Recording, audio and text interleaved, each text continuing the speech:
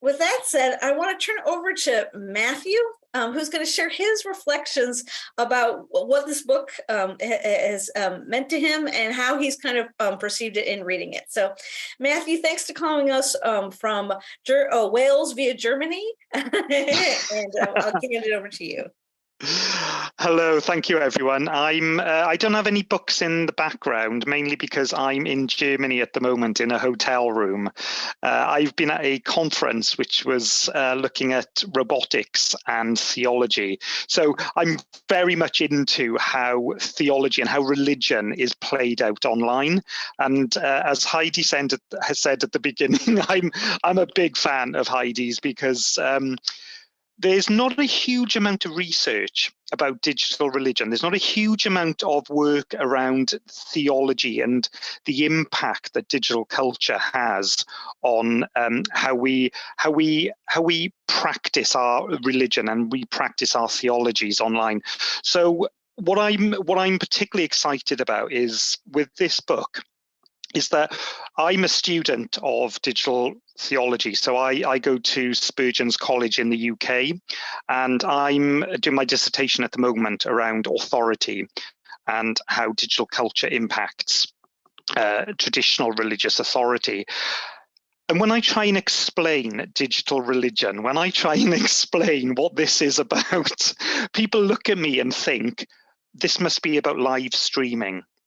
This must be about how you just pick up your phone and how you live stream to your congregation.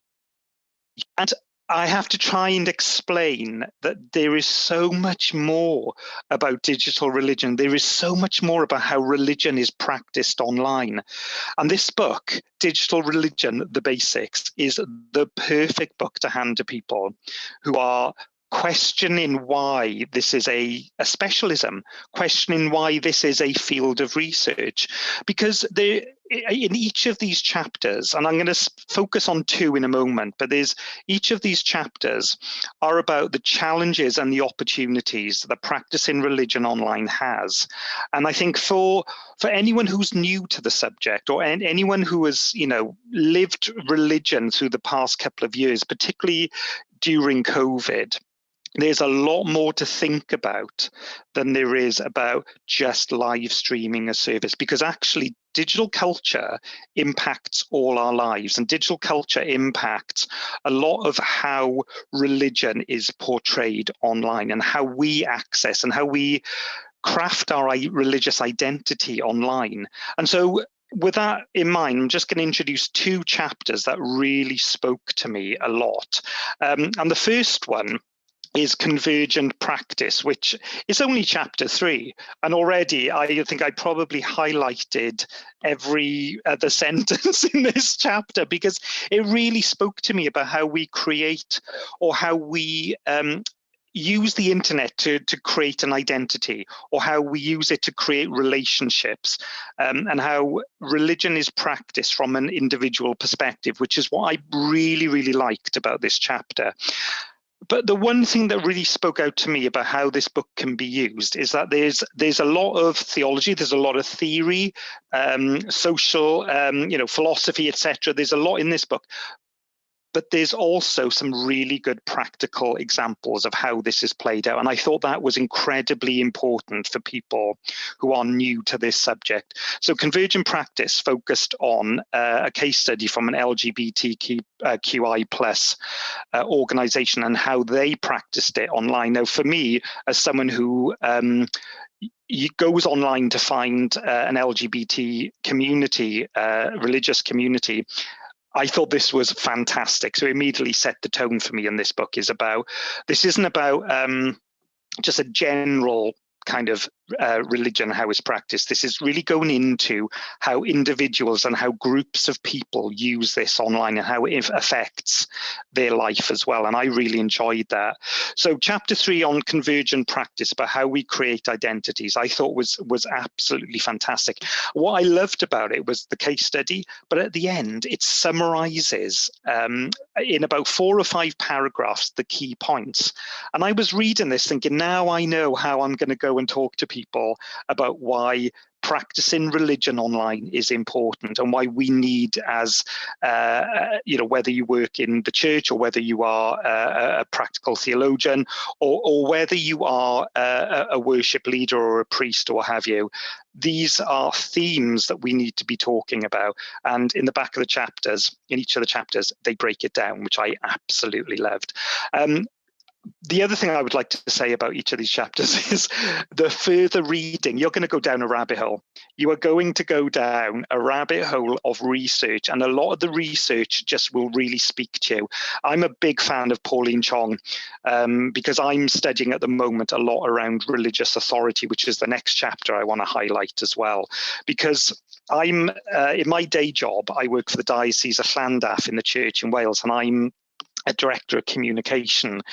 So I've read a lot about how my role impacts religious authority, because in some ways I'm the spokesperson for what we do in the diocese. Yes, things get signed off, but how I portray things is incredibly important. Now, I hadn't thought about that as a role. I've always thought about my job as a profession, but actually coming in for the first time working for a church, reading Heidi's work, and particularly this chapter about shifting authority, made me realize there is a huge responsibility on spokespeople, digital spokespeople in the church. And this book is essential reading for anyone who's doing communications in a church, doing communications in a diocese, or any Christian organization, because there is a level of responsibility that we have. And if we're not careful, it can undermine authority, or it can change the way that people see authority and how they engage with religious authority. And for me, that is a fascinating piece of research, which I have just got my teeth into. And so it's very practical. And as a personal practitioner of communications, it's hugely important for me. But I also think with a lot of churches who have offered communications, or really bigged up communications during COVID, this is a chapter that I think a lot of people need to read to understand the responsibility that goes behind practicing religion online and being a spokesperson. And as you can tell, I'm a massive fan of this book, and I've been telling everyone about it. And I hope that gives you a little bit of information about why it's so good, and why you should read it, and why you should pass it on as well to people in your congregation, or whatever faculty that you work in, because there is so much in here that is practical. There is so much in here that, for me, I feel like in some respects, we're at the beginning of how we understand the impact this is going to have. And I think the more we understand how religion is played out online, the bigger impact we could have as Christians online. And I'm incredibly excited about sharing this book with everyone. So if you follow me on Twitter, I will probably be talking about this book forever and ever, and I'll be passing it on to everyone. Sorry, I'm really fanboying right here, but Heidi, Wendy, you have done an absolutely splendid job in boiling down what digital religion means and why we need to take it so importantly. So thank you very much for the opportunity to share that.